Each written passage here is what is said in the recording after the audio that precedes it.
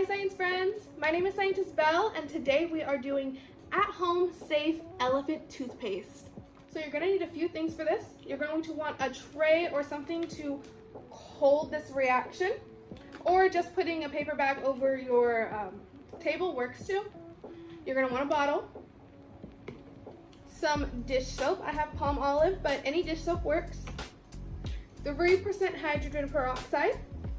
And your catalyst is going to be the active dry yeast. Here you can get it at any grocery store.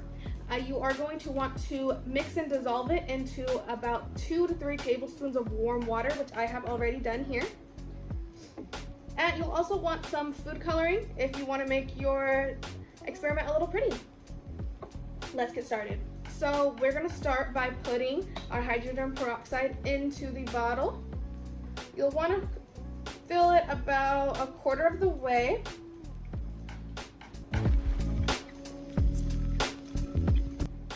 And if your hydrogen peroxide doesn't have a convenient little opening like mine does, you also might want to have a funnel on standby. Next, you're going to add your dish soap.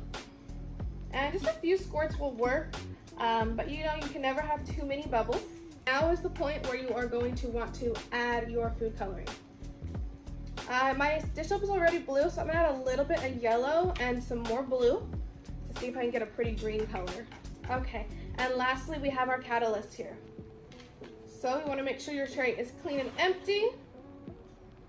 And right in the middle, just in case any extra foam bubbles up, I am going to use my funnel for this. We pour in our catalyst and we see the reaction happen instantly. Whoa!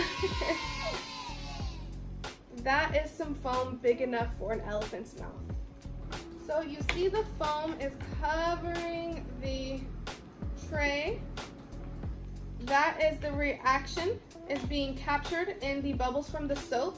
If you put your hands close, you don't want to touch it, but you put your hands really close, you'll feel that there's a warmth coming from it. That is because there is an exothermic reaction. You can also do this experiment with some other catalysts like potassium iodide, but with that you would want to pair it with a higher percentage of hydrogen peroxide, like 30-35%, which is not as easy to get as the 3% is. It's not really worth it unless you're planning on doing a lot of experiments because it is pretty pricey, but it is a really cool reaction if you get the chance to do it yourself.